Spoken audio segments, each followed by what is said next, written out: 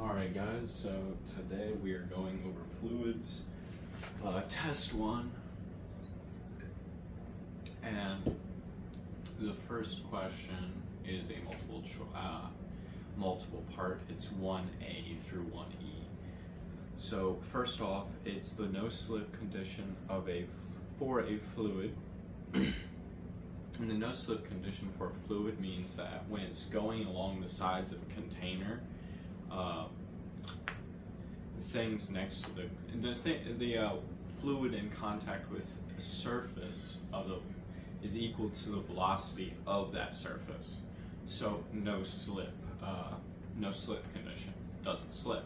So this is like no viscosity, no nothing, but that's the condition. And the first one was A states that the fluid is at rest and the density is constant. B states the velocity of the fluid in contact with the surface is equal to the velocity of that surface. C states that the viscosity is 0 in the entire volume. D depends on the roughness of the surface. And the correct answer is B. I don't think I'm going to tell you all A, B, C, or D again. I'm just going to go over the right answers. An inviscid fluid is described by, so an inviscid fluid is not real, but you know, we can make up things in our just beginning physics, and it's described by viscosity is 0 in the entire volume. I got this one wrong. I said the fluid is at rest and the temperature is constant. So, better luck next time. So next we have a tank of water. And I'm just going to write the answer, but a tank of water open to the atmosphere is shown below. So that's the water line, that's the tank. The figure that best describes the distribution of gauge pressure on the water on the left-hand side of the tank is A is a slanted line, B is a vertical line. C is a slanted line that has a rectangle in it as well, and then D is a curved line.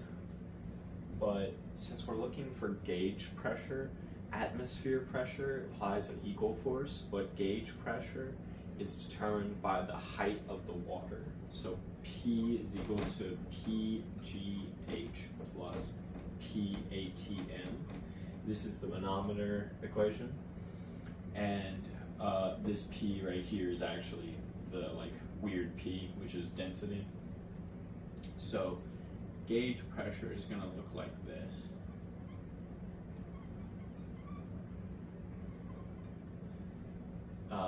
And we're going to do another one. I think this next one is,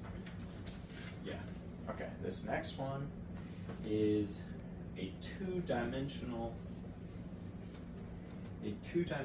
gate is submerged in water.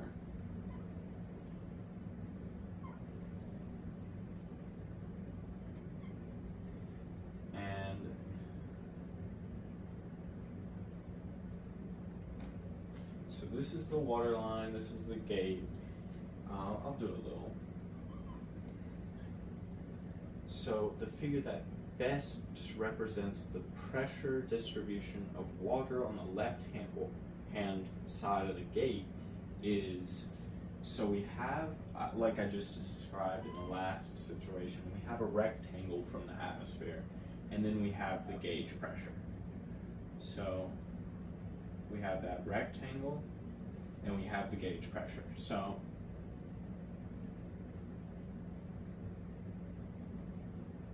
but that's the correct answer.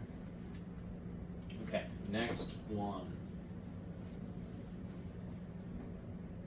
So this is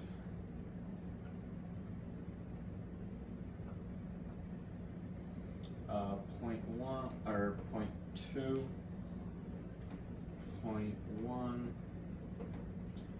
and from the Bernoulli equation, which I'm going to write.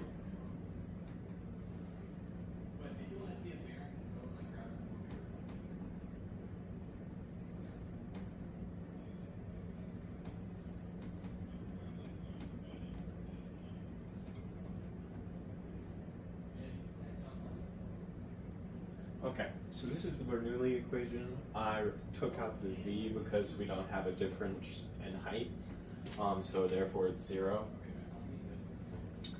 But the correct statement about the static pressure P2 relative to P1 and the velocity V2 relative to V1 along the streamline down the center of the pipe is, so from this equation, P1 times density V1. If it's a bigger area, it's going to be a higher pressure. So P1 is larger than P2. Because it has to be equal. And they have to alter the state of the fluid. And then V2 is greater than V1 because when you're compressing a pipe, it goes out faster, you know? Okay, and that is question 1. Well, really, it's a 5-point part question. Next is define incompressible flow. Must the flow of a compressible fluid necessarily be treated as compressible? Explain. So this is a word problem, so I'm not going to write it out, but I'm going to explain it. So while using the Bernoulli equation, we assume incompressible flow. Most liquids, because the change in density is so low, we assume incompressible flow. And that pretty much means water has a density of 100 kilograms over meters cubed, and that's really large compared to something like an oil, whose density is lower. But fluids are not just liquids, it's also gases. So when air's velocity is below the Mach number of 0.3, we assume incompressibility. So, and this is a two-parter. Part A is define incompressible flow, and part B is what are 4 assumptions used in the derivation of the Bernoulli equation. So it's P1 plus 1/2 density times velocity squared plus z, and that's all divided by g. I have an equation sheet, right? Oh, I don't have my equation sheet. Well, I think it's plus z divided by 2g, I believe, or it's just g or it's specific gravity, so it's g times density. But okay, the 4 assumptions used for the derivation of the Bernoulli equation are, first off, it's inviscid, so that means there's no viscous effects on the fluid, because if we had viscous forces, we would have to multiply that by the force, so, or add it, or subtract it to the force. Incompressible, that's just something we do because it's easier to solve that way. Actually, it's kind of easy to solve a compressible one as well. Streamline flow, that means it's just like going from one point and it's continuing, it's a particle continuing on a flow chart. And then it's a steady flow, meaning it's like P1 plus all that is equal to the same on the same side. It's not a turbulent flow. Okay, so now we're going to do the problem I wrote up earlier, and that's calculate the tension in the rope AB if the ball is submerged in the water at the depth shown in the figure. The ball is made of a material having density of 60 kilograms over meters cubed. Yeah, water is really dense. This is like a wooden ball or something. Everybody knows water is dense. So when I was doing it, I did it incorrectly, but I still got, no, I got the entirely wrong answer, but that's okay. So the weight of the water, the force of the buoyancy, and tension. So from this, we have to do that the sum of forces is equal to 0 because the ball is floating there. There's a force of buoyancy, but it's still just sitting there. So you have to figure out the tension in the rope that's holding it there. So since the sum of forces is equal to 0, we have to figure out what the weight of the water is, or from that we can figure out that the tension is equal to force of the buoyancy minus the weight. So the tension plus the weight is equal to the force of buoyancy. So, I mean, you don't really need to do that because we only need the tension, but the force of the buoyancy is also easier to find. So the weight is the specific gravity of the ball times the height, and the specific water is the specific gravity of the water. Oh wait, I might be doing this backwards. No, I'm right. Oh, it's not times the height, it's times the volume. And the volume, this is something I give you, is 4/3 pi r to the third. So the specific gravity, this little thing right here, the fish looking thing, the fish is in kilograms over meters cubed. So from this force, wait a minute. No, it's not.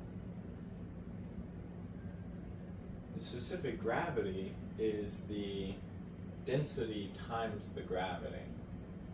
That's why it's specific gravity. So what we get is, okay, so they give you the density of the ball, and that's 60 kilograms over meters cubed. So the weight is equal to 60 meters cubed times 9.81 meters over second squared times, let us solve for the, so 4/3 pi times 0.6 cubed, and that, you know, I'm not going to do the math in my calculator right now, but that's 0.9.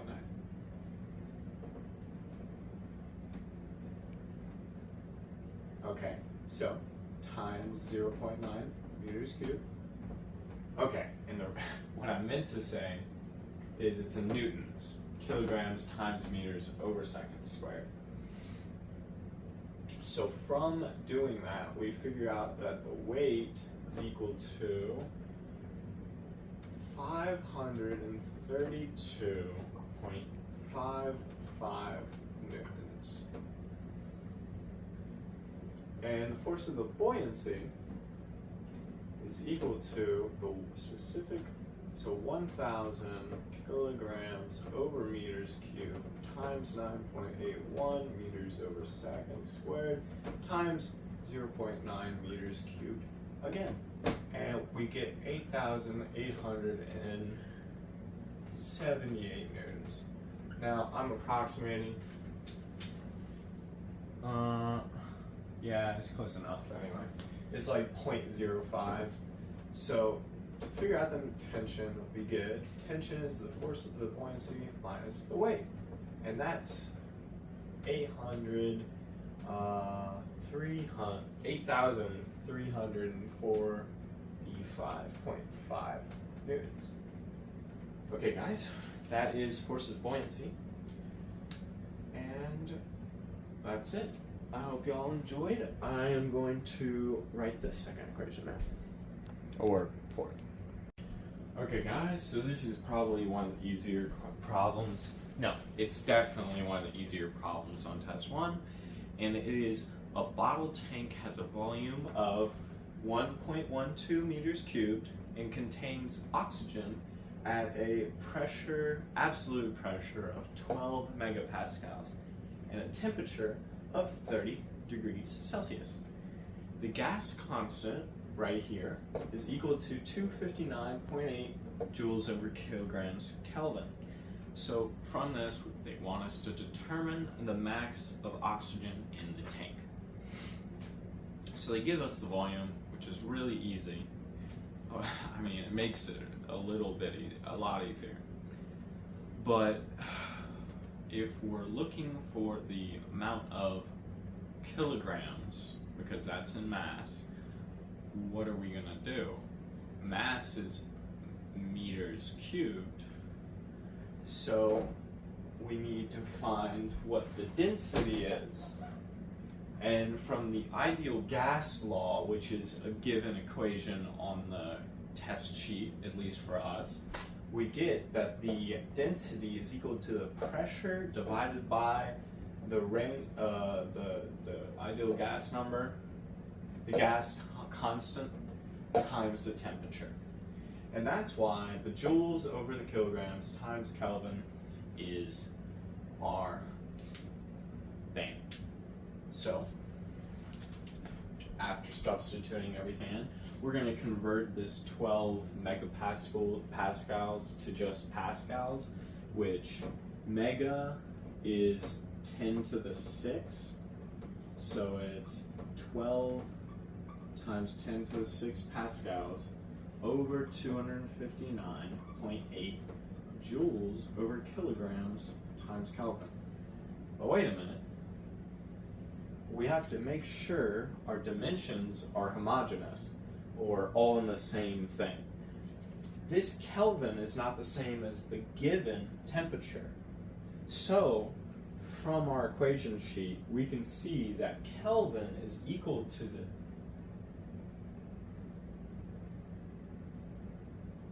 what? I I did ranking on accident. Everybody knows everybody knows how to convert from everybody knows how to convert from Celsius to what is it, 0.15? Whatever, you don't even need the 0.15, is equal to the Kelvin. So that makes it a lot easier because it's 30 plus 273. So our temperature is 303 degrees Kelvin. So we then multiply by 303 Kelvin. Now pascals is in newtons over meters squared. And let's see. Joules are in newtons. Joules are in newtons times meters, and newtons is equal to kilograms times meters over second. I wrote this one down. over seconds squared, because you know when you get a mass and you multiply it by gravity, you get a force. And gravity, I just messed that up. Blah blah blah. What we get is 152.4 as equal to our density, which is kilograms over meters cubed. So all we gotta do now is multiply that by 1.12 meters cubed. And what we get is, you know, it's just 1 times that, so it's like 160. But no, 170.7 kilograms. All right, guys, that is one of the easy ones. On to the next. Okay, guys, so this is our next equation. And the closed tank, so it's closed, of the figure below is filled with water and is 5 feet long. So from A to B is 5 feet long. The pressure gauge on the tank reads 8 psi. I don't know if you can read that, but it's 8 psi. Here's a little manometer, and here is our tank, which is 7 feet of water in total, but we aren't gonna really worry about that. So for this first part A, we're trying to find H. So if you remember the manometer equation, it's PGH. Well, the H is in there. So what we're gonna do is we're gonna find the H. So first off, we have, well, it's PGH plus P absolute. So our P absolute, or P gauge, it's PGH plus P gauge, which is H. I mean 8. So we get 8 pounds per inches squared. And since it's in inches squared, we're going to convert to feet, which is 144 inches squared over 1. And then multiply. Oh yeah, I'm supposed to be writing out the original. So we get P gauge plus PGH minus PGH equals 0.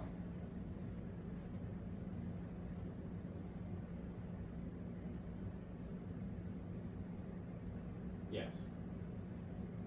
And specific gravity, right over here, of water is equal to, oh, it's not, it's P as in density. And when you multiply PGH out, you get pascals or pressures per square inches. So the specific weight of water is 62.4 pounds per feet cubed. So we don't need to multiply the density times the gravity. Even though we have both of those, we can just use the already given specific gravity. So it's P gauge plus water minus water H is equal to 0.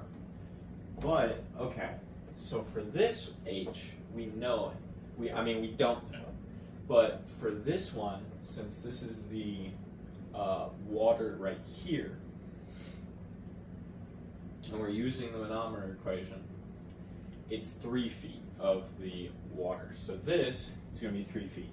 So it's times 62.4 pounds per feet cubed times 3 feet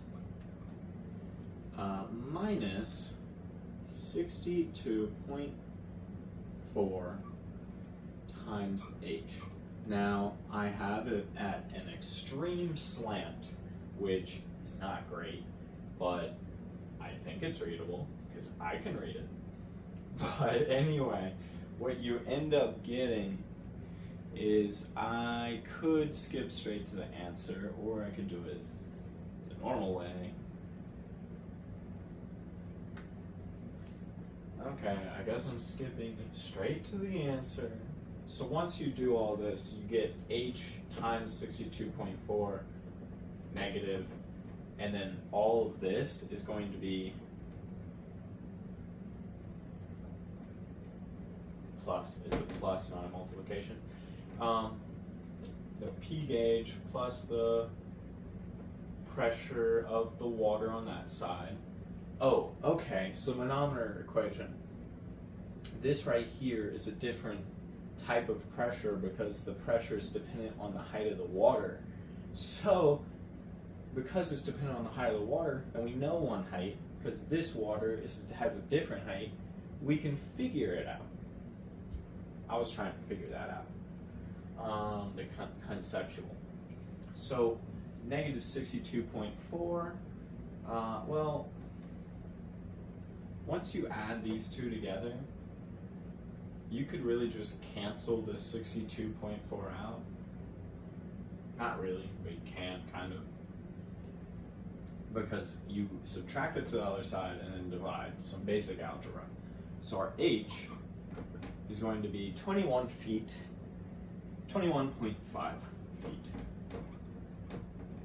Okay, now, next part, we're trying to find absolute pressure. The absolute pressure, the air in the top of the tank, if the atmospheric pressure is 14.3 pounds per square inches. Okay, so to find P absolute is equal to P gauge plus P atmosphere. So they just gave us the P atmosphere, and it's equal to 14.3. So all we got to do is add our P gauge, which is 8. So 8 plus 14 is equal to, wow, that's hard math, 22. Am I wrong? Did I get that wrong? No, I'm right. Dude, sometimes when you're doing these hard equations, or well, difficult for the concepts, it's just like even basic math, you double guess yourself. So it's like if you have a calculator, it's like 1 plus 4 is 5, right? Yeah. Okay everyone, so this is problem 6, and it's a 3-parter. So what we got is a 5 meter wide, 6 meter high rectangular gate. It's located at the end of a rectangular passage that is connected to a large open tank filled with water, as shown in the figure below. The gate is hinged at its bottom. First, we determine A, the magnitude of the resultant force, B, the location YR of the resultant force that the water exerts on the gate, and C, the magnitude of the force H that must be applied at the top of the gate to keep the gate closed.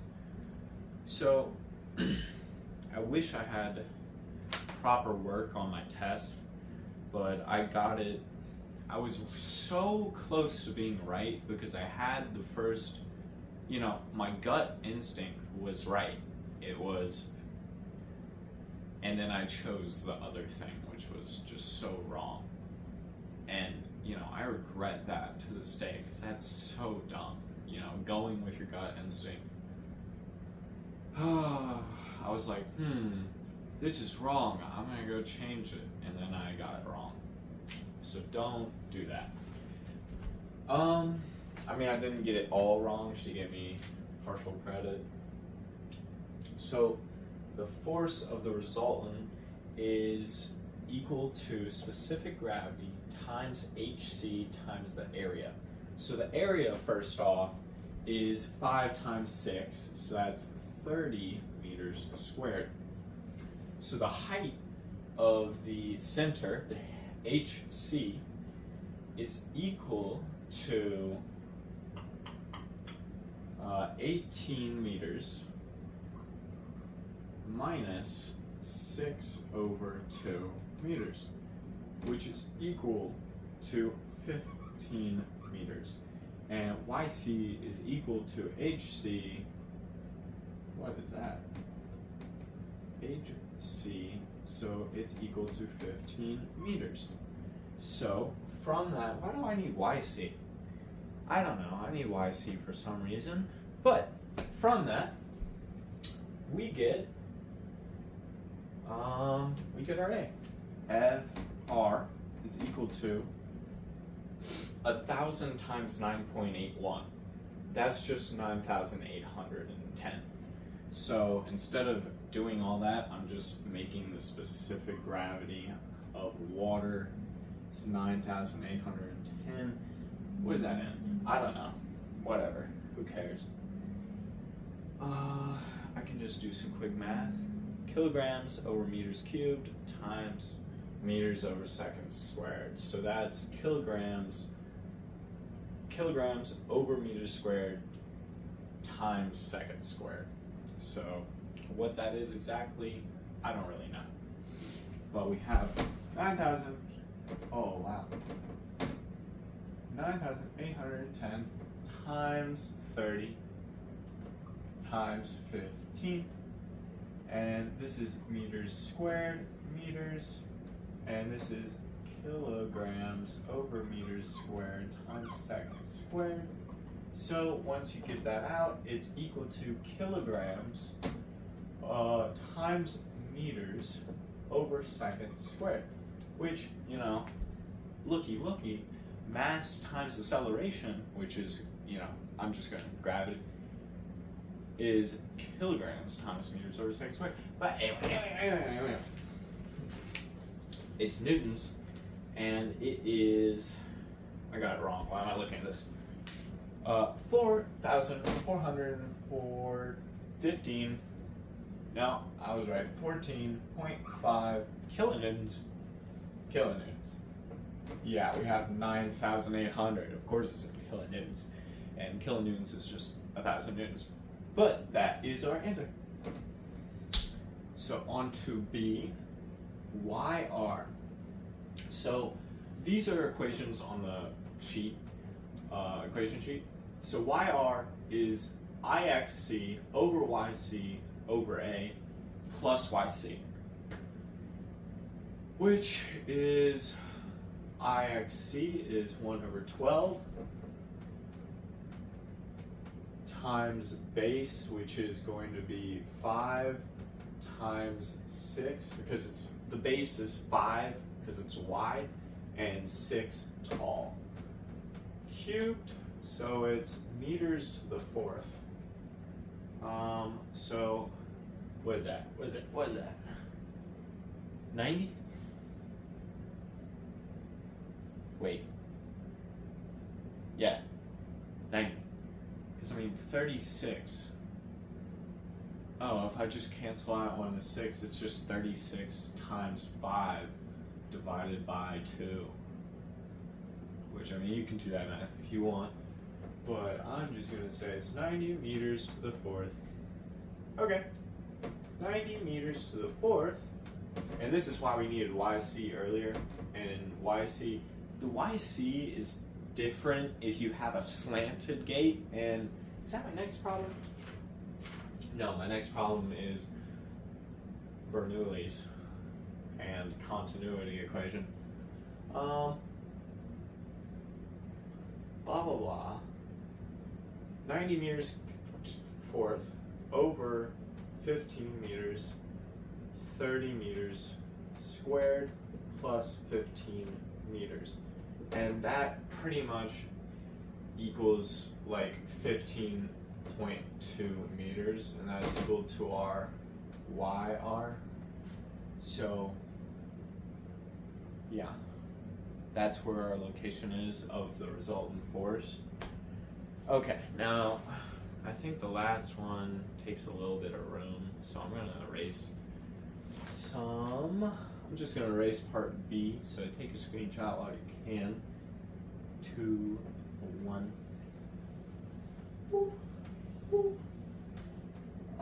Yeah, we're erasing part A as well.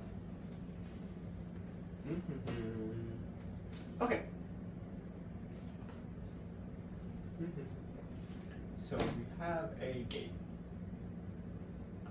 And H, yeah, gate H, because that's the hinge.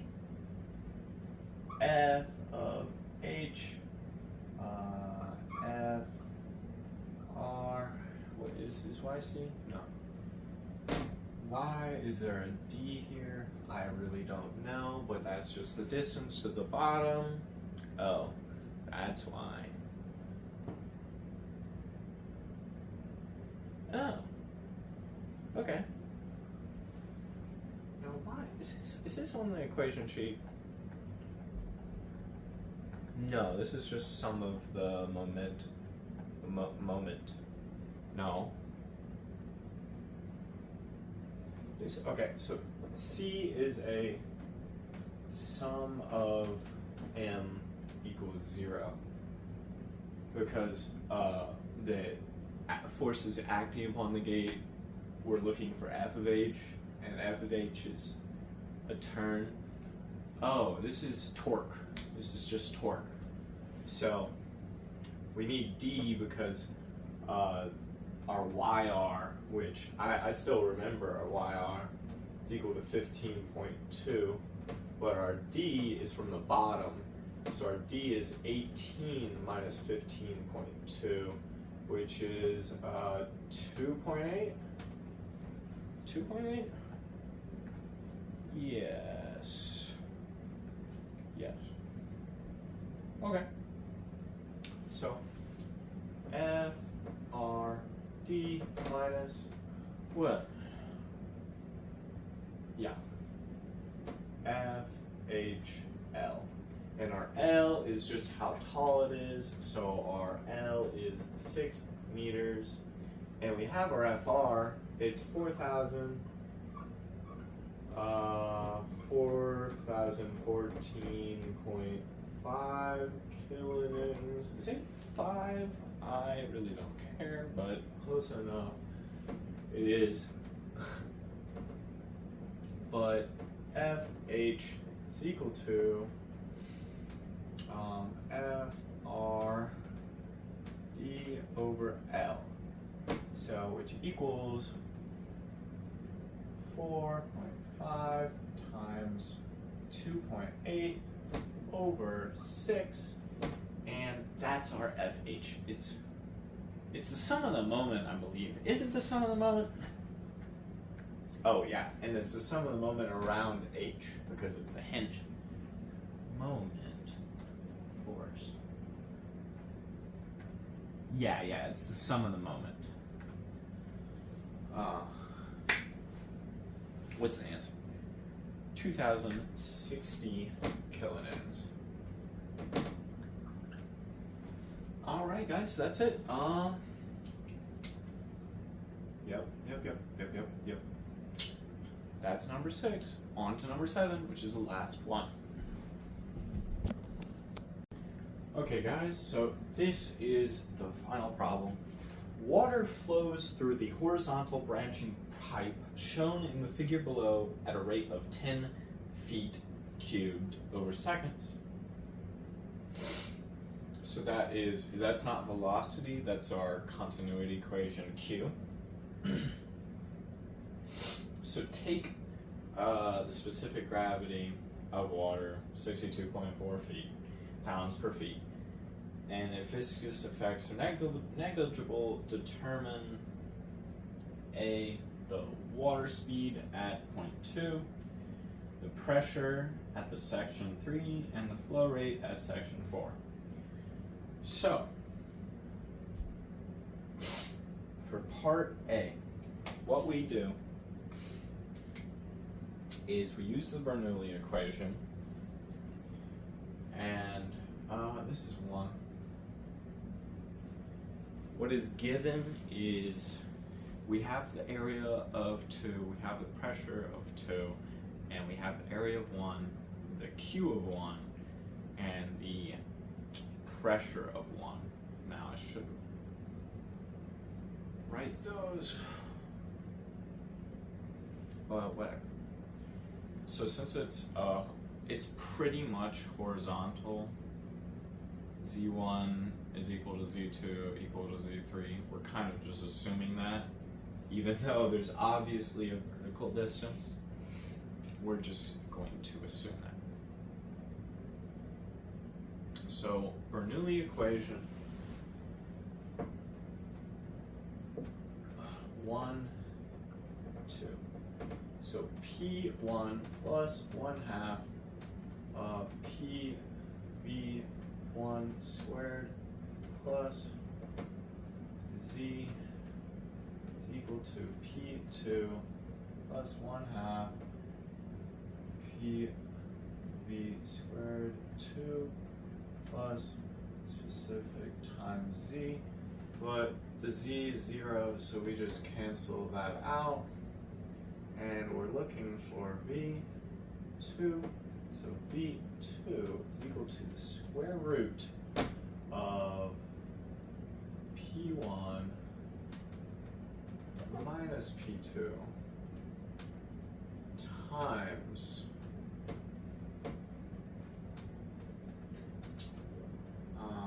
P1 minus P2,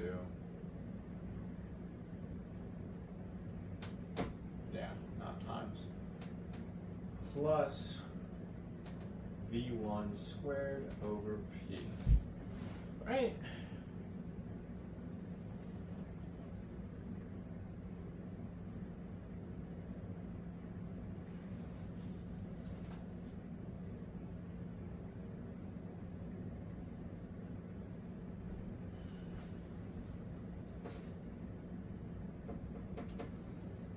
I'm having an aneurysm right now, for real. And this is, I don't have to do it that way. I can just divide by 2.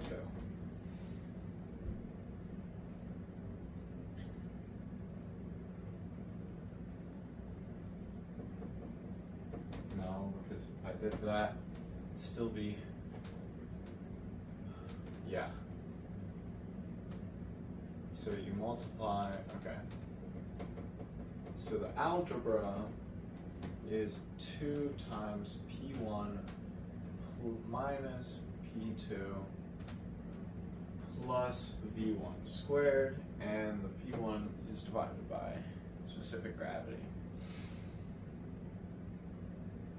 Honestly, it's easier to just plug it into the original equation and then solve that way, which is what I should have done.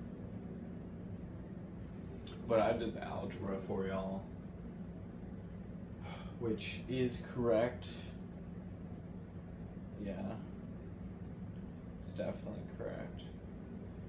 So V2 is equal to, we have V1, V1 is 10, P1 is 10, and P2 is 5. So 10 minus 5 is 5 times 2 divided by our pressure, which is 1.94. I don't know why they do it in slugs, because 1 slug is equal to 1 pound. So it's just 1.94 plus V1 squared, which is 10. So it's equal to 29.02 feet per second. Honestly, if I were you on the test, instead of doing the algebra first, I would just plug everything in.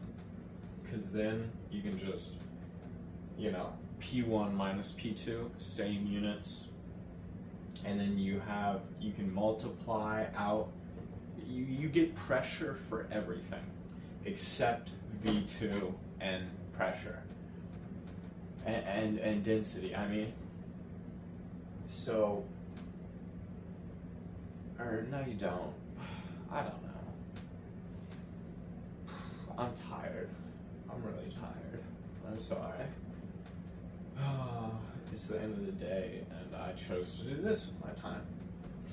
So now we're moving on to P3, which P3,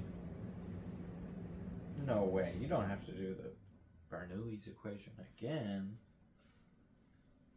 Yeah, you do. That's great. But this one, the algebra is a little bit easier. Man, y'all can just rewind, take a screenshot. I always forget about that. So P1 plus density, 1/2 density, V1 squared, and P1 is 10 and V1 is 10. Oh yeah, 10, it's 10 psi because we're working in feet. So to convert, you need to do pounds over inches squared, 144 inches squared, 1 foot squared, because it's 12 squared for the inches. Okay, so P3 plus 1/2 V3 squared, and you know, you don't have Z, because we don't care about Z for some reason in this specific circumstance. Blah, blah, blah, blah, blah, blah, blah, blah, blah, blah. P3 is equal to P1 1/2 density times V1 squared minus V3 squared. Yeah, that's the simple algebra for this one. Right? Yeah. Yep. So then you plug in 10, 1.94, 10. Oh yeah, they give you V3 for this one. They give you the velocity. And V3 is 20 feet per second. I really should have written it up there, but whatever, you're hearing that information now. That's why you're not able to conceptually understand what I'm doing, because I didn't write everything up there, which is honestly BS. Okay. From doing that algebra, we plug everything in, pressures and pounds over square inches, so it's 144 plus 1.94, 10 minus 20, blah blah blah. Once you do that, what you get is a pressure of, what is it, 30? No, it's really low. It's, oh, never mind, it's really, really high. You get a pressure of 1,149 pounds per feet squared. Now, in this equation, we're looking for pounds square inches. So what do? You do the opposite of multiplying by 144. You divide by 144. What you get is 7.98, so pretty much just 8 psi. Okay, now the most simple, and this is where I messed up on my test, and I'm really disappointed that I messed up on this point, because it's so simple, because it's just the continuity equation. So, the continuity equation is very simple. Sum of Qn, which is feet cubed over second, is equal to the sum of Q out. So we have 3 outlets and 1 inlet. And at the beginning, I told you the Q in is 10 Yeah, it's 10, right? Yeah, 10 feet cubed. Oh, write that a little closer. 10 feet cubed over a second. So what we do is Q1 is equal to Q2 plus Q3 plus Q4. So Q4 is equal to Q1 minus Q2 minus Q3. So 10 minus Q2, since we have velocity and we have area, I didn't write down the area, but the area is 0.07. You know what? I'm going to write it down now. We get the original velocity, 29 point 29, I keep looking at the wrong thing. Yeah, it's just 29 feet per second. 29.02. Who cares? Times 0.07 feet cubed squared. I guess the 0.02 would matter. I mean, the 0.02 would matter because it's 0.07 minus Q3, which is, do they give us the thing? They give us the area and the velocity. So the area is, well, the velocity is 20 feet per second times 0.2. I'm not writing down the units again. Equals to 3.97. Basic subtraction. Feet cubed over second.